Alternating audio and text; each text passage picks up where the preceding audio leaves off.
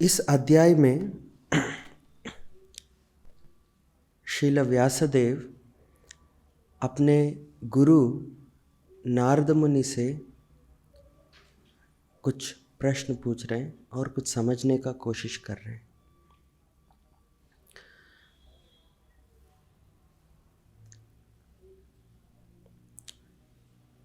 तो होता क्या है, व्यासदेव बहुत विचलित है। वो ठीक तरीके से सोच नहीं पा रहे हैं, समझ नहीं पा रहे हैं। वो बिल्कुल कंफ्यूज हो गए हैं। क्या करना है उनको मन में संतुष्टि नहीं है। तो नारद मुनि आके बहुत ही आसानी से उनके सभी दुख समाप्त कर देते हैं और उनको एक सल्यूशन, परिहार दे देते हैं कि आप ये करो, सब कुछ ठीक हो जाएगा। तो जब व्यासदेव देखते हैं कि इतना आसानी से उनका जो एक टेंशन है वो ख़त्म हो गया, वो समझने का कोशिश करते हैं, अरे इतना ज्ञान आया कहाँ से। वो समझ नहीं पाते कि नारद मुनि इतना अच्छे तरीके से कैसे कोई भी प्रॉब्लम को सॉल्व कर सकते हैं। तो वो पूछना शुरू करते हैं। तो नारद मुनि अपने जीवन के बारे में बताना शुरू किए हैं और वो बताते हैं कैसे अपने पिछले जन्म में वो एक दासी पुत्र थे और कुछ साधु संतों का उन्होंने सेवा किया, सेवा करने का मौका मिला और उनके उच्छिष्ट, उनको जो साधु संत हैं उनको ग्रहण करने के बाद बचा हुआ प्रसाद उन्होंने लिया और उनकी सेवा की और वो नारद मुनि बनने का काबिल बन गए। और वो घर छोड़ के दूर चले जाते हैं। उनके माता भी ख़त्म हो जाते हैं, एक सांप काट देता है उनको। तो 5 साल का बच्चा है, उनको देखभाल करने के लिए कोई नहीं है। तो नारद मुनि, क्योंकि उन्होंने साधु संतों का सेवा किया था, एसोसिएशन लिया था, संग किया था, तो वो उनके जो इंस्ट्रक्शंस थे उसके बेसिस पे वो अरण्य की ओर, जंगलों की ओर जाना शुरू करते हैं और तप करना शुरू करते हैं। फिर कुछ समय बाद, बहुत समय बाद भगवान का दर्शन होता है उनके मन में दर्शन होता है और तुरंत भगवान गायब भी हो जाते हैं। बहुत कोशिश करने के बावजूद भी वो नारद मुनि भगवान का, अपने पिछले जन्म की बात चल रही है अभी, दर्शन नहीं कर पाते। तो बहुत विचलित हो जाते हैं, बहुत प्रयास करते हैं वो सुंदर रूप को वापस दर्शन करने के लिए, मगर बहुत प्रयास करने के बावजूद भी वो भगवान का दर्शन नहीं कर पाते। फिर भगवान की वाणी उनको सुनाई देता है और बोलते हैं, इस जन्म में तो आप हमारे दर्शन नहीं कर पाएंगे, हमने आपको दर्शन दे दिया। और वो भी इसलिए दर्शन दिया ताकि आपके मन में जो एंथुजियाज़म है, एंथुजियाज़म को क्या बोलते हैं हिंदी में? उत्साह। आपके मन में उत्साह बना रहे और आप भक्ति में और आगे बढ़े। तो इस तरीके से भगवान कुछ इंस्ट्रक्शंस देना शुरू करते हैं नारद मुनि को, और ये श्लोक उसी का एक पार्ट है। भगवान यहाँ आश्वासन दे रहे हैं नारद मुनि को कि भक्ति एक बार अगर हम शुरू करते हैं तो वो कभी ख़त्म नहीं होगा। हम इस जीवन में बहुत प्रयास करते हैं, बहुत मेहनत करते हैं और कोशिश करते हैं हम जो भी कमा रहे हैं, एकत्रित कर रहे हैं, इकट्ठा कर रहे हैं, वो हमेशा हमेशा के लिए हमारे साथ रहे। हम जब घर बनाते हैं तो ये नहीं सोचते कि 2-3 साल के लिए चल जाए, उसके बाद तोड़ ताड़ के बराबर कर देंगे, कभी नहीं सोचते। हम राजस्थान में रहते हैं, बहुत बड़े बड़े राजा आए, बहुत बड़े बड़े किले बनाए, चित्तौड़गढ़, बहुत सारे किले हैं। तो जब इन राजा महाराजाओं ने जब ये किले बनाए तो उन्होंने ये नहीं सोचा कि मेरे जीवन काल तक सेफ रहने के लिए हम ये बनाएंगे। उन्होंने इस तरीके से बनाए कि उनके जाने के बाद भी वो किला ऐसा ही रहे। तो हमारी जो हर प्रयास है, हम कैसे ना कैसे करके हम कोई बिजनेस सेटअप करते हैं या कोई एक रिलेशनशिप डेवलप करते हैं या कुछ मेहनत करते हैं, हम यही सोचते हैं कि हमारी जो मेहनत है वो कभी ख़त्म ना हो। बहुत प्रयास करते हैं, मगर कुछ भी करते हैं, हर चीज़ कभी ना कभी क्षय हो जाता है, ख़त्म हो जाता है। एक तो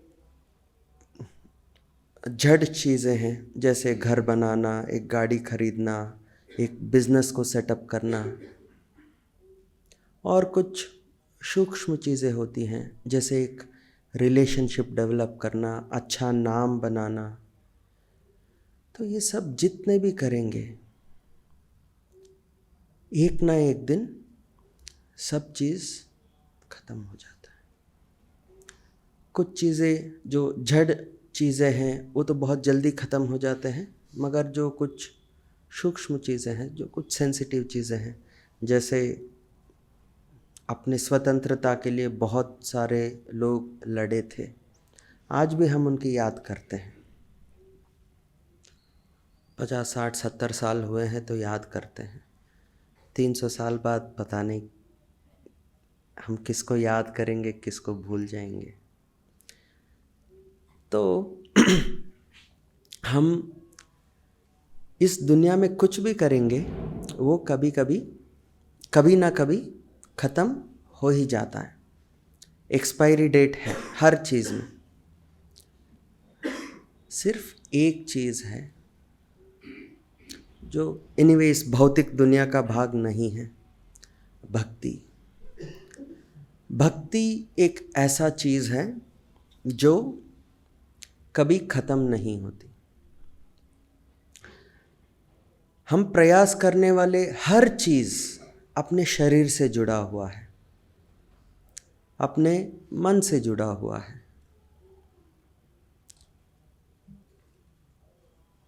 मगर जो भक्ति है ये अपने शरीर से या मन से जुड़ा हुआ चीज़ नहीं है, ये डायरेक्ट आत्मा से जुड़ी हुई चीज़ है। तो हम जितने भी शरीर बदलेंगे, भक्ति ख़त्म नहीं होती। एक शरीर में, इस जीवन में हमने कुछ भक्ति किया और संपूर्ण भक्ति कर नहीं पाए, बीच में कहीं रोक दिया, तो अगले जीवन में वो वहीं से वापस शुरू होता है। तो अगर कोई इन्वेस्टमेंट हमें करना है तो कृष्ण भावनामृत सबसे अच्छा इन्वेस्टमेंट है। मान लीजिए अगर कोई हमें बताए 1 रुपये का लॉटरी टिकट है और हर 1 रुपये का लॉटरी टिकट पे 1 लाख रुपए मिलेगा। हम 10 टिकट खरीदेंगे तो 10 लाख मिलेगा, 100 टिकट खरीदेंगे तो 1 करोड़ मिलेगा।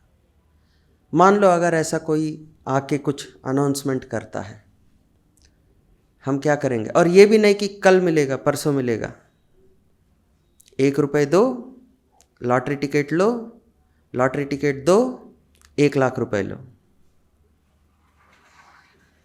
अगर ऐसा कोई ऑफर दे तो हम क्या करेंगे? हमारे पॉकेट में जो 1 रुपये है सब एक्सचेंज करने का कोशिश करें। 1 रुपये दिया, लॉटरी टिकट लिया, लॉटरी टिकट दिया, 1 लाख लिया, 1 लाख वापस दिया और 1 लाख टिकट लिए। कभी ख़त्म ही नहीं करेंगे, जितना हो सके उतना ज़्यादा लेने का कोशिश करेंगे। अगर बदकिस्मती है कि ऐसा कोई ऑफ़र मिलता नहीं है हमें। 10 लाख टिकट बेचेंगे, एक आदमी को 1 लाख मिलेगा और उससे भी 30-40% टैक्स में जाएगा, बचेगा बहुत कम। मगर भक्ति में ये गारंटी है। यहाँ बता रहे हैं, intelligence engaged in my devotion cannot be thwarted at any time. चाहे कुछ भी हो जाए,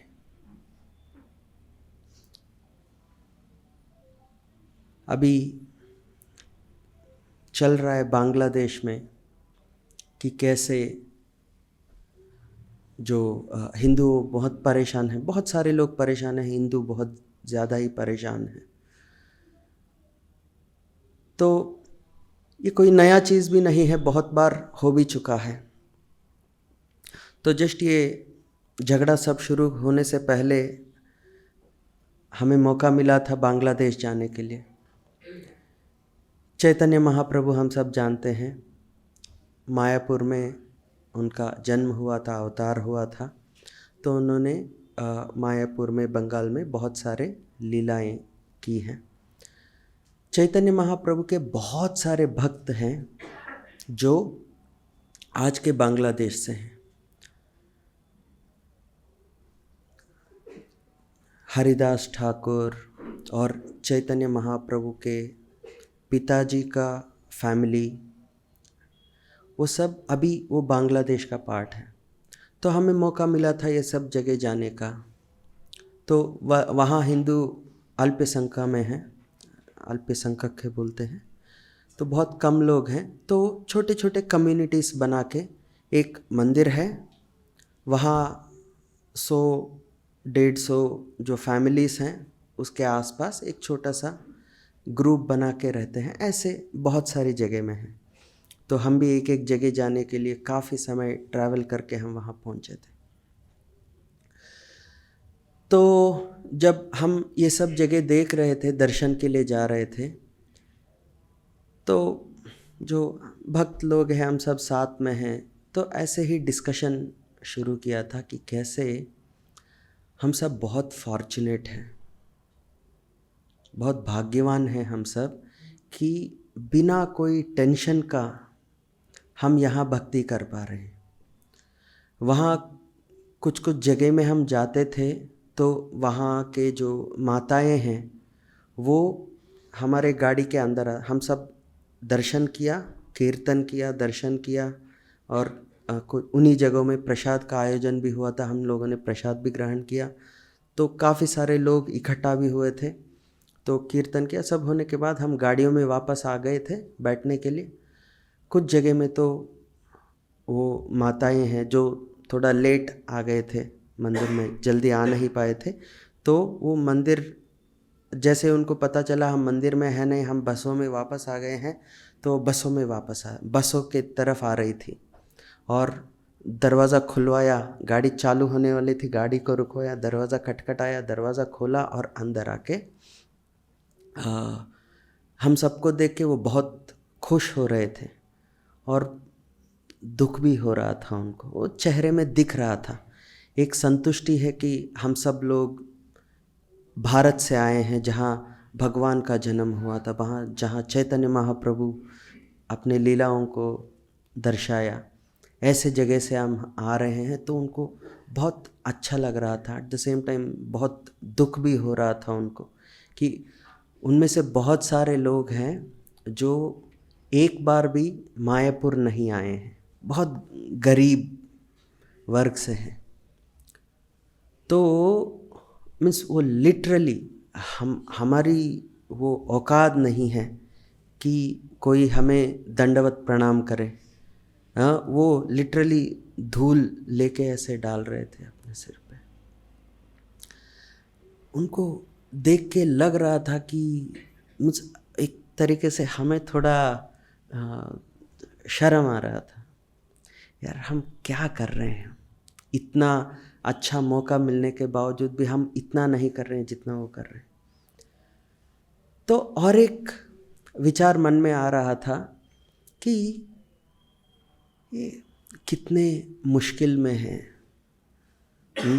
बेचारे बेचारे सोच रहे थे हम उनको, बेचारे कैसे भक्ति करने का कोशिश कर रहे। वो हमसे पूछ रहे थे, प्रभु जी हो सके तो आप हमें कंठी माला और तिलक बेचिए।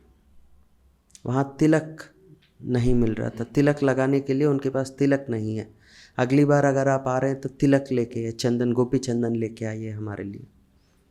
उनका रिक्वायरमेंट वो है, वो भी नहीं मिल रहा है उनको। तो ऐसी स्थिति में वो भक्ति कर रहे थे। तो हम क्या है, हाँ, भगवान इतना दुख क्यों दे रहे हैं इनको, हम ऐसे सोच रहे थे। कृष्ण भावनामृत में एक अच्छा चीज़ क्या है, अच्छे प्रश्न भी आते हैं और वो प्रश्न के लिए अच्छा उत्तर भी बहुत ही जल्दी मिल जाता है, टाइम नहीं लगता। तो ऐसे सोच के हम थोड़ा आगे बढ़े। एक दिन या 2 दिन बाद और एक जगह में गए। तो वहाँ हम जाते ही मंदिर, और एक मंदिर था, वो मंदिर में जाते ही ज़ोर ज़ोर से कीर्तन हो रहा था। हमने सोचा कि हमारे लिए कीर्तन हो रहा है। हम 200-300 भक्त गए थे, तो वेलकम करने के लिए वो कीर्तन कर रहे हैं, हम तो ऐसे सोचे थे। वो भी था, इकट्ठा तो उसी के लिए हुए थे। मगर हमारे जस्ट पहुंचने से पहले वहाँ एक इंसिडेंट हुआ था। सब लोग इकट्ठा तो हुए थे, हमारा इंतज़ार कर रहे थे, हमारा पहुंचना थोड़ा लेट हो गया था। तो कीर्तन कर रहे थे। भक्त जो है जहाँ भी इकट्ठा हो जाता है, थोड़ा समय मिलता है तो क्या करते हैं, कीर्तन। तो कीर्तन शुरू कर दिया था और कीर्तन होते होते होते बहुत एक्सटैटिक कीर्तन शुरू हो गया। और जैसे ही उनको पता चला हम पहुंचने वाले हैं, तो उन्होंने जस्ट एक बार के लिए कीर्तन समाप्त किया और दंडवत प्रणाम किया सब लोगों ने, जैसे हम प्रेम ध्वनि करते हैं ऐसे। तो दंडवत किया और प्रेम ध्वनि हुई और सब लोग उठे, एक भक्त उठे नहीं। तो उन लोगों ने उनको उठाने का कोशिश किया, तो वो अपने शरीर त्याग दिए थे। तो ये लोगों को पता चलते ही और ज़ोर से कीर्तन शुरू कर दिया सब लोगों ने। हमारे पहुंचने से, हम तो बसों में थे, हमारे पहुंचने से पहले कुछ सीनियर डिवोटीज छोटे गाड़ियों में जा रहे थे, तो वो थोड़ा जल्दी पहुंच गए थे। तो हमें पता चला जैसे ही वो पहुंचे तो बोला क्या हुआ क्या हुआ। तो वो लोग आए और प्रभु जी लोगों को बोला यहाँ एक वैष्णव हैं, उनके बहुत अच्छे तरीके से उन्होंने शरीर त्यागा है। अच्छे से संकीर्तन कर रहे थे, संकीर्तन करने के बाद भगवान को प्रणाम करते हुए उन्होंने शरीर त्याग दिया। तो आप भी आइए, उनको पुष्प अर्पण कीजिए। तो प्रभु जी लोग भी गए, उनको पुष्प अर्पण किया और फिर उनको समाधि के लिए ले गए। तो फिर हम लोग तो पहले तो डिस्कस कर ही रहे थे कि क्या जीवन है, इतना मुश्किलों में कैसा है। हम तो यहाँ रहते हुए भी पता नहीं ऐसा एक अवकाश मिलेगा या नहीं मिलेगा। मंदिर में कीर्तन करते हुए आखिरी सांस ले रहे हैं, पता नहीं ऐसा हो सकता है या नहीं हो सकता। मगर वहाँ दूर बंगाल में, जहाँ चारों तरफ फेवरेबल सिचुएशन नहीं है, वहाँ एक भक्त कीर्तन करते हुए भक्तों के संग, भक्तों के बीच में उन्होंने भगवान के चरणों में अपने शरीर त्याग दिए। तो जैसे ही ये इंसिडेंट हुआ, हमारे सवाल की जवाब मिल गई थी, कैसे भी सिचुएशन में। प्रभुपाद जी के समय में 60s-70s में रशिया में कुछ भक्त थे, वहाँ सरकार फेवरेबल नहीं था, तो जो भी भगवान का नाम जप करते थे, जो भी भक्त थे, उन सबको जेल में डाल देते थे, बहुत परेशान करते थे। कुछ बहुत समय बाद जब वो लोग बाहर आ गए थे, तो वो अपने एक्सपीरियंसेस बता रहे थे। वहाँ खाने के लिए उनको सूखा ब्रेड देते थे, सूखा होता था, तो भक्त लोग क्या करते थे, वो ब्रेड के टुकड़े बना के अपने जो कपड़े होता है उसको फाड़ के धागा बना के वो ब्रेड के टुकड़ों में छेद करके माला बना के उसमें जप करते थे। फोटोज़ हैं उस ब्रेड से बना हुआ जप माला का। और तिलक उनको नहीं मिलता था, तो जो टूथपेस्ट उनको देते थे, वो टूथपेस्ट से वो तिलक लगाते थे। तो उनके फ़ोटोज़ हैं, जेल में लिए हुए फ़ोटोज़, टूथपेस्ट को तिलक जैसे लगा के। तो ऐसे कठिन परिस्थितियों में भी भक्त भक्ति कर रहे हैं। क्यों? उनको वो आश्वासन कहाँ से मिल रहा है? इस श्लोक से, न मे भक्ता प्रणश्यति, भगवान भगवत गीता में बोलते हैं कि मेरे भक्त कभी क्षय नहीं होंगे, खत्म नहीं होंगे। तो जब भी हम भक्ति करते हैं, उसका जो रिजल्ट है वो अक्यूमुलेट होता जाता है, बढ़ता जाता है, परमानेंट बैंक बैलेंस बोलते हैं, कभी ख़त्म नहीं होती। जितना इकट्ठा करते जाते हैं, और इस जीवन में अगर पूर्ण नहीं हो पाया किसी भी वजह से, अगर हम 100% शुद्ध भक्त नहीं बन पाए, जब तक हम 100% शुद्ध नहीं बनते हैं, हम भगवत धाम नहीं जा सकते। तो कोई भी सोच सकता है, जब तक कोई शुद्ध भक्त नहीं बनेंगे भगवत धाम तो जा नहीं सकते। तो मुझे तो पूरा विश्वास है कि मैं तो शुद्ध भक्त बन नहीं पाऊंगा, तो क्या फ़ायदा, छोड़ देते हैं। अगर हमने अपनी पढ़ाई कर रहे हैं, इंजीनियरिंग कर रहे हैं, 1 सेमेस्टर हो गया, 2, 3, 4, 5, 6, 7 हो गए, आखिरी सेमेस्टर में हमने छोड़ दिया, हमने कंप्लीट नहीं किया, तो हमें सर्टिफिकेट नहीं मिलेगा। जितना 2 साल 3 साल जो भी पढ़ाई हमने किया वो सब व्यर्थ हो जाएगा।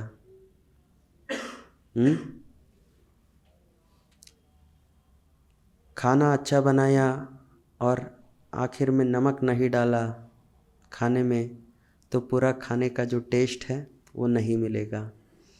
खीर बनाते हुए चीनी डालने के बजाय अगर एक गलती कर दी, नमक डाल दिया उसमें, पूरा का पूरा खीर वेस्ट हो गया। पूरा बिल्डिंग बना दिया, अगर हमने फाउंडेशन अच्छा नहीं बनाया तो पूरा बिल्डिंग व्यर्थ हो गया। छोटी सी गलती करते हैं तो पूरी मेहनत खराब हो जाता है। बहुत रिस्की गेम है, बहुत सेंसिटिव है इस दुनिया में कुछ भी करना। मगर भक्ति स्वल्पमप्यस्य धर्मस्य त्रायते महतो भयात्। अगर थोड़ा भी अगर हम करेंगे तो बहुत महतो भयात्, बड़े बड़े भीकर स्थिति से हम बाहर निकल सकते हैं, थोड़ा भी अगर हम भक्ति करेंगे तो। और इस जन्म में अगर कंप्लीट नहीं हुआ तो अगले जन्म में हम भक्ति की शुरुआत वहीं से करेंगे। जैसे अभी हम बहुत सारे बच्चों को देखते हैं मंदिर में। अभी जस्ट यहाँ आने से पहले मैं मंदिर में भगवान का दर्शन कर रहा था तो सामने 3 बच्चे खड़े थे, और छोटे छोटे बच्चे। बीच में बिल्कुल छोटा बच्चा था, दोनों साइड थोड़े बड़े बच्चे हैं। ये 1.5 फुट है, वो 1.25 फुट है, इतना ही फ़र्क है। और उस तरफ का और इस तरफ का जो बच्चे हैं वो बीच वाले बच्चे को समझा रहे हैं ऑल्टर में कौन कौन है, गर्भगृह में कौन कौन है। देखो वो छोटी मूर्ति देख रहे हो ना जो बैठे हैं दादाजी, वो प्रभुपाद जी हैं, और उनके बगल में जो है वो प्रभुपाद जी के गुरु जी हैं। और ऊपर देख रहे हो जो हाथ ऊपर खड़े करके बैठे हैं, खड़े हैं, वो चैतन्य महाप्रभु और नित्यानंद प्रभु हैं। और ऊपर कृष्ण बलराम है ना, उनके बगल में छोटे कृष्ण बलराम हैं। बच्चे हैं ना अपने, वो 2 बच्चे वो बीच वाले बच्चे को समझा रहे हैं। हाँ, हम इतने साल होने के बाद बहुत सारे लोग होते हैं जो ऑल्टर में आते हैं, भगवान को दर्शन करते हैं और बाद में आके बोलते हैं राधा कृष्ण बहुत सुंदर है। बहुत सारे लोग हैं।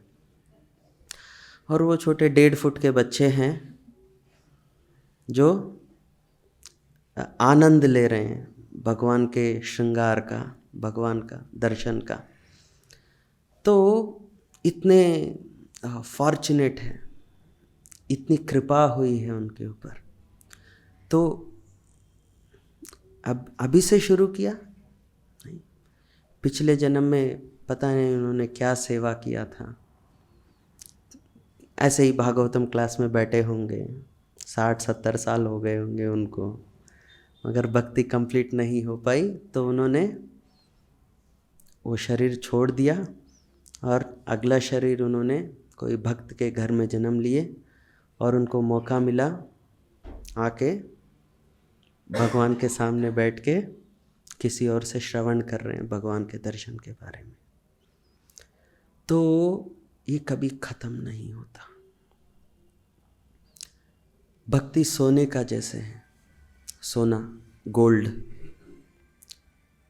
उसका वैल्यू बढ़ता ही जाएगा, बढ़ता ही जाएगा, कभी ख़त्म नहीं होगा, कभी ख़त्म नहीं होगा। तो ये अचीव कैसे होगा?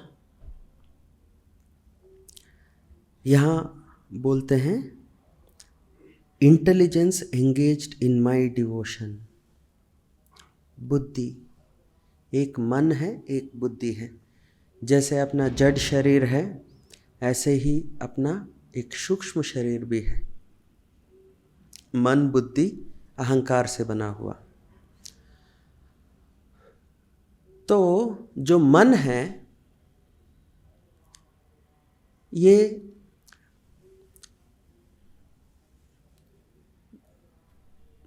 मन का इसका कोई दिशा नहीं है।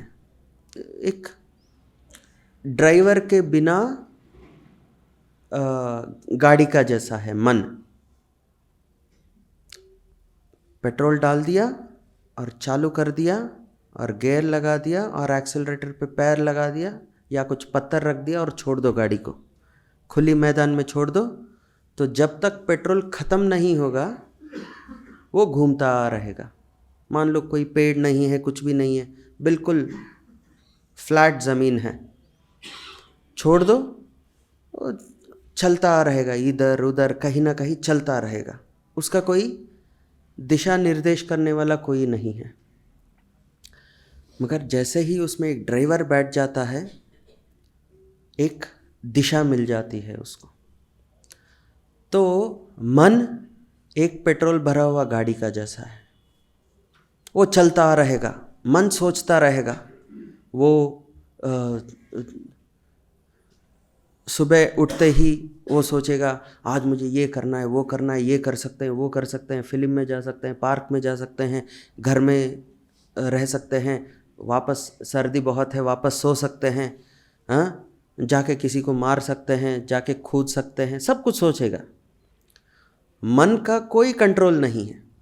उसको जो चाहिए, ये अच्छा है, ये बुरा है, ये अच्छा दिख रहा है, ये बुरा दिख रहा है, ये मेरा दुश्मन हो सकता है, ये मेरा दोस्त है, मैं गाड़ी में जा रहा हूँ, ये ड्राइवर अच्छा चला नहीं रहा है, वो सोचता ही रहेगा।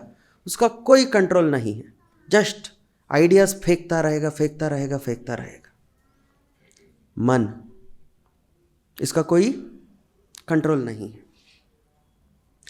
मन के ऊपर ये दूसरी शक्ति है बुद्धि। ये बुद्धि है जो मन को लगाम लगाएगा, मन को लगाम लगा के उसको एक दिशा देगा। और यहाँ प्रभुपाद जी ट्रांसलेट कर रहे हैं, intelligence engaged in my devotion cannot be thwarted at any time. तो बुद्धि हमें भगवान के सेवा में लगानी चाहिए। मन को हम कंट्रोल नहीं कर सकते। मन को कंट्रोल कर सकते हैं तो हम बुद्धि से ही कर सकते हैं। तो हमें जो अपनी बुद्धि है, इसको हमें भक्त बनाना है, कृष्ण भावनामृत में कन्वर्ट करना है इस बुद्धि को। तो उसको कैसे कन्वर्ट करें? उसको कंपैरेटिवली आसान है। मन को हम कंट्रोल नहीं कर सकते, मन को हमें बुद्धि से कंट्रोल करना है। एक बच्चा भी अगर पढ़ाई नहीं कर रहा है, पढ़ाई करने में इंटरेस्ट नहीं है बच्चे को, खेलने में अच्छा लगता है बच्चों को, फिर भी हम बच्चे को ज़बरदस्ती स्कूल ले जाते हैं, शुरुआत में एटलीस्ट स्कूल ले जाते हैं और ज़बरदस्ती पढ़वाते हैं, और धीरे धीरे इंटरेस्ट आ जाता है बच्चे को पढ़ने के लिए। मगर तब तक हम फोर्सफुली वो दिशा दिखाते हैं। क्यों? हमें आगे का पता है। तो इसी तरीके से अपने मन को भी कंट्रोल करने के लिए हमें बुद्धि की ज़रूरत है, और बुद्धि को एक दिशा देना चाहिए। बुद्धि भी हम कंट्रोल करेंगे उसको, तो भक्ति में आगे बढ़ने के लिए, मन को कंट्रोल करने के लिए हमें इंटेलिजेंस, हमारी जो इंटेलिजेंस है, इसको हमें ट्रेनिंग देना है कृष्ण भावनामृत में। उसके लिए प्रभुपाद जी ने बहुत अच्छा प्रोसेस दिया है, बहुत सिंपल प्रोसेस दिया है। अच्छा लगे ना लगे, माला लो और भगवान का नाम जप करो। अच्छा लगे ना लगे, संडे को उठो, नहा धो के मंदिर आओ, दर्शन करो। अच्छा लगे ना लगे, भगवत गीता का किताब खोल के पढ़ो। तो ये कुछ बेसिक चीज़ें करने से, जैसे अभी इतना प्रैक्टिस हो गया है, सुबह उठते ही नहा के कपड़े पहनने में हमें परेशानी नहीं होती, सीधा आराम से कपड़ा पहन लेते हैं, बहुत सोचते नहीं हैं, बहुत सिंपल तरीके से वो हो गया है। तो ये अपना इंटेलिजेंस को भी हम ऐसे ही, थोड़ा इतना सिंपल प्रोसेस है। इस सर्दी में कोई नदी में जाके गले तक पानी के अंदर बैठ के आप तप करो, कोई बोल नहीं रहा है। प्रभुपाद जी ने बहुत सिंपल कर दिया। हरे कृष्ण मंत्र का जप करना है और भगवत गीता का अध्ययन करना है और भागवत प्रवचन सुनना है, मंदिर में भगवान का दर्शन करना है, कीर्तन करना है, साधना करनी है। ये चीज़ें करने से जो इंटेलिजेंस है, जो बुद्धि है, ये स्ट्रांग हो जाता है, और वो बुद्धि से हम मन को कंट्रोल कर सकते हैं। तो intelligence engaged in my devotion cannot be thwarted at any time. तो ऐसे जैसे भगवान भी भगवत गीता के अंत में बोलते हैं, जो भगवत गीता का अध्ययन करते हैं और भगवत गीता का ज्ञान को बांटते हैं, वो अपने बुद्धि से मेरी सेवा कर रहे हैं, भगवान बताते हैं। तो जस्ट भगवत गीता पढ़ने से, इतने सारे अलग अलग किताब हैं और हम बहुत सारे किताबें पढ़ते भी हैं, तो उनको छोड़ के या उनके साथ अगर हम भगवत गीता भी अध्ययन शुरू करेंगे, तो जस्ट एक पढ़ना शुरू करने से ही, अभी गीता मास भी चल रहा है, हम में से बहुत सारे लोग भगवत गीता का डिस्ट्रीब्यूशन भी कर रहे हैं, भगवत गीता बांट रहे हैं। तो हो सकता है एक व्यक्ति को भगवत गीता के बारे में पूरा ज्ञान नहीं है या थोड़ा बहुत ज्ञान है, कैसे भी करके उनको अगर हम भगवत गीता देंगे और भगवत गीता वो पढ़ना शुरू करेंगे। जैसे भीष्म पितामह, महाभारत में हम देखते हैं कि महाभारत युद्ध में जब भीष्म कौरवों के तरफ से अर्जुन और कृष्ण की ओर जब तीर चला रहे थे, तो वो तीर आके भगवान के शरीर को चोट पहुंचा रहे थे, खून निकल रहा था भगवान के शरीर से। मगर बताया जाता है कि भीष्म पितामह जो तीर चला रहे थे, भगवान कृष्ण उसको ऐसे, जैसे एक भक्त भगवान को पूजा करने के लिए जो फूल चढ़ाते हैं, तो किस तरीके से भगवान को अच्छा लगता है, उस तरीके से जैसे एक भक्त फूल चढ़ाते हैं, उस तरीके से भीष्म का चलाया हुआ जो तीर है, उनको वो फूलों के जैसे ले रहे थे। तो ऐसे ही जब हम भगवत गीता का अध्ययन करते हैं, तो भगवान बोलते हैं, भगवत गीता में ही अंत में भगवान बोल रहे हैं, वो बुद्धि से भगवान का सेवा करेंगे। हम हाथ पैर से सेवा करते हैं, भगवान को नहलाते हैं, अभिषेक करते हैं, भगवान को भोग लगाते हैं, श्रृंगार करते हैं, वो अपने शरीर से करते हैं।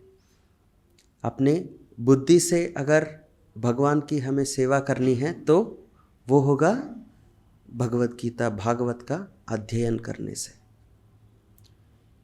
और अगर हम शरीर से भी भगवान का सेवा करेंगे, उसका बहुत बेनिफिट है। स्वल्पमप्यस्य धर्मस्य त्रायते महतो भयात्, तो उसमें कोई दिक्कत नहीं है। मगर जिस तरीके से हम शरीर से सेवा कर सकते हैं भगवान का, हम उसी तरीके से हम अपने बुद्धि से भी भगवान का सेवा कर सकते हैं, हरे कृष्ण मंत्र जप करते हुए और भगवत गीता पढ़ते हुए। और अपने बुद्धि से अगर हम भगवान की सेवा करेंगे, तो उसका बेनिफिट क्या है? Intelligence engaged in my devotion cannot be thwarted at any time.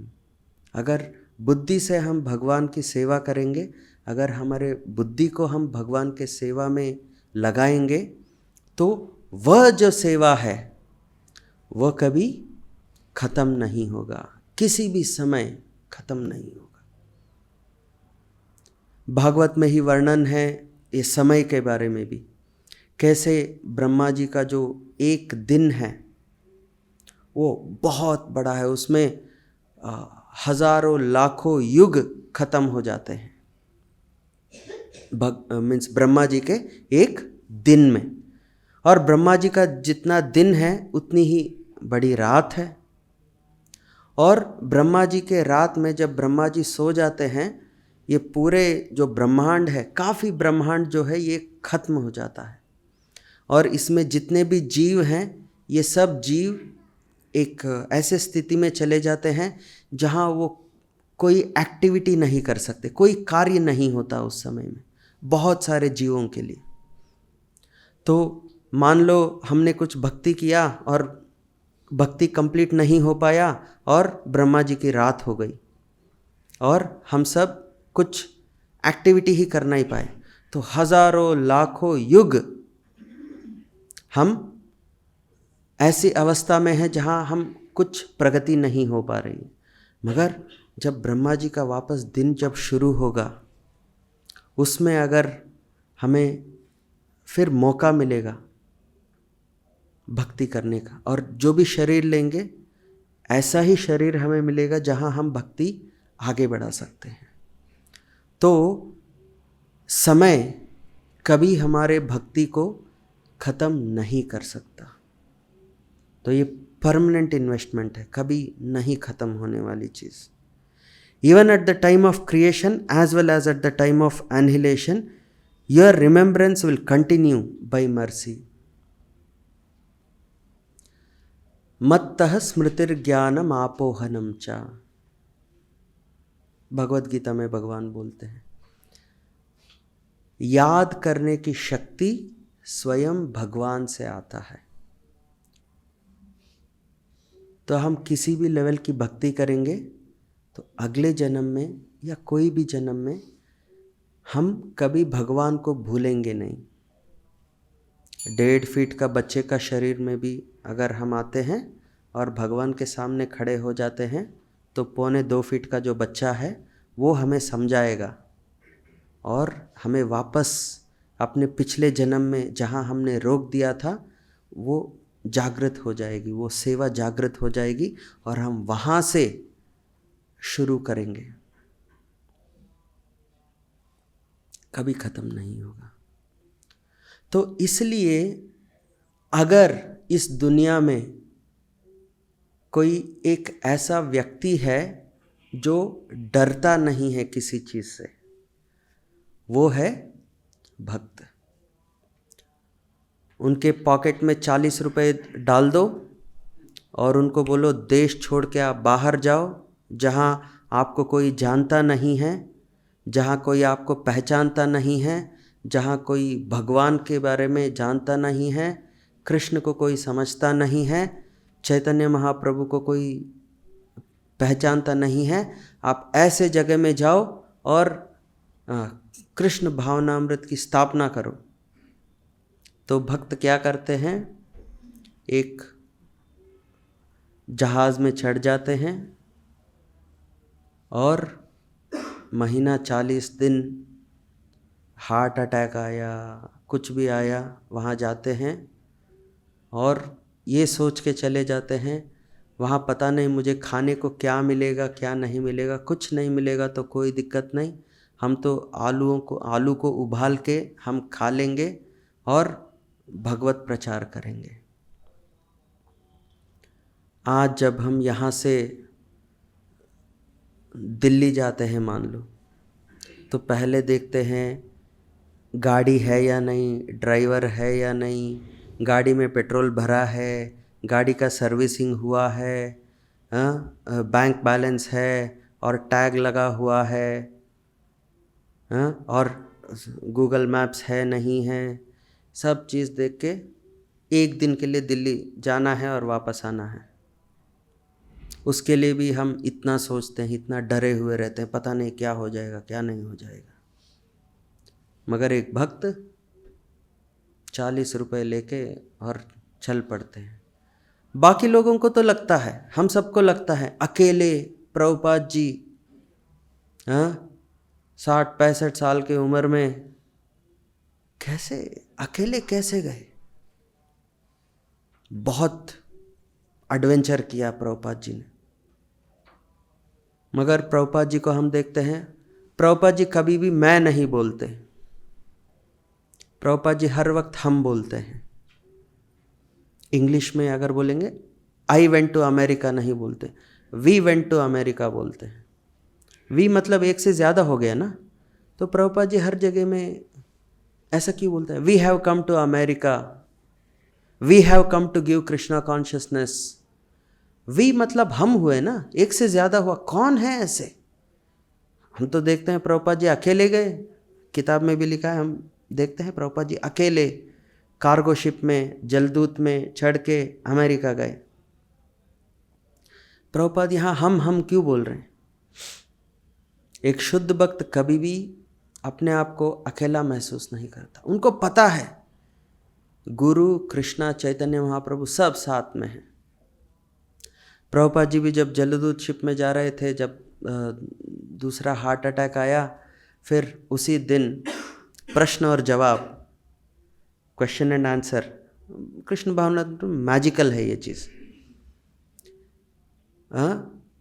जिस दिन उनको हार्ट अटैक आया उस दिन सपने में आया कि कैसे भगवान स्वयं जलदूत, वो जो जहाज़ था उसका कंट्रोल ले लिए हैं और वो चला रहे हैं, और भगवान के सभी जो अवतार हैं उस जहाज़ पे हैं। तो जैसे ही प्रभुपाद जी को ये सपना आया, वो उठे तो उनका मन बहुत शांत हो गया। उनको गारंटी मिल गई कि मुझे कोई दिक्कत नहीं, मैं अमेरिका जाऊंगा और वहाँ सब भक्त बनेंगे। वो कंफर्मेशन मिल गया प्रभुपाद जी को। तो कभी भी जो भक्त है वो कभी डरते नहीं हैं। हाँ, एक जो पागल आदमी भी नहीं डरता। हैं? दिमाग किसी का खराब हो गया है, वो सीधा रोड पार करेगा। वो ये नहीं देखेगा गाड़ी आ रहा है नहीं आ रहा है। उसकी जो दृढ़ निश्चय है, दृढ़ निश्चय तो गलत शब्द है, उसका जो कॉन्फिडेंस है वो बेवकूफ़ी के वजह से है। हम उसकी बात नहीं कर रहे। यहाँ जो कॉन्फिडेंस है वो विश्वास की वजह से है। भगवान मेरे साथ है, चैतन्य महाप्रभु मेरे साथ है। जहाँ भी हरे कृष्ण मंत्र का कीर्तन होगा वहाँ स्वयं चैतन्य महाप्रभु, नित्यानंद प्रभु आ जाते हैं। पानीहाटी का लीला हमें मालूम है। नित्यानंद प्रभु थे वहाँ, चैतन्य महाप्रभु नहीं थे। मगर जब रघुनाथ दास गोस्वामी ने उसका आयोजन किया था और इतने सारे भक्त आ रहे थे, कीर्तन कर रहे थे, तो जो करीबी भक्त हैं नित्यानंद प्रभु के, उन लोगों ने महसूस किया कि चैतन्य महाप्रभु वहाँ आए हैं, प्रकट हुए, उनके साथ कीर्तन कर रहे हैं। तो ऐसा कभी भी समय नहीं है जब भक्त अकेले हो।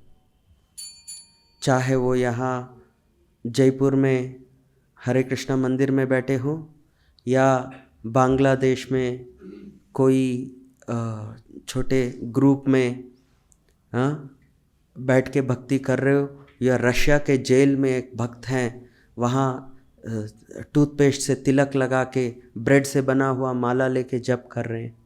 उनके मन में एक दृढ़ निश्चय है कि मैं अकेला नहीं हूँ, चैतन्य महाप्रभु मेरे साथ हैं, मेरे गुरु मेरे कभी साथ नहीं छोड़ेंगे। और स्वयं भगवान कृष्ण ने बताया है, न मे भक्त्या प्रणश्यति, मेरे भक्त कभी खत्म नहीं होंगे। ये पूरा विश्वास के साथ, वो पूरा एंथुजियाज्म के साथ भक्ति करेंगे, और इस जन्म में नहीं होगा तो अगले जन्म में वापस कंटिन्यू होगा। और ये वहाँ तक ख़त्म नहीं होगा जब तक उस जीव इस भौतिक बंधन से मुक्त होके भगवत धाम नहीं चले जाए। वहाँ तक ये जो ट्रैवल है, जर्नी है, ये ख़त्म नहीं होगा। ये विश्वास हर जगह में, हर भक्त के द्वारा हमें समझाने का कोशिश कर रहे हैं। तो जितना हो सके हम भी अच्छे से अच्छा भक्ति करने का कोशिश करेंगे, और जितना हो सकता है उतना हम करेंगे, और उसके बाद जितना हो सकता है उतना भगवान करेंगे। और भगवान को कितना क्या हो सकता है हम सबको पता है। अपने बाएं हाथ के छोटी उंगली पे पूरा पर्वत उठा लेंगे 7 दिन। भगवान बहुत कुछ कर सकते हैं। तो हमें जितना हो सकता है हमें उतना करेंगे, ताकि आगे जो हमें नहीं हो सकता, पूरा विश्वास रहना चाहिए कि भगवान वो करेंगे। तो बहुत सिंपल चीज़ें हैं। हमें अपनी बुद्धि को भगवान के सेवा में लगाना चाहिए। उसका बेनिफिट बहुत ज़्यादा है। और वो कैसे होगा? हरे कृष्ण मंत्र जप करने से और ग्रंथों का अध्ययन करने से। तो आज के लिए हम यही समाप्त करते हैं। ग्रंथराज श्रीमद् भागवतम की, जगत गुरु श्रील प्रभुपाद की, निताई गौर प्रेमानंद।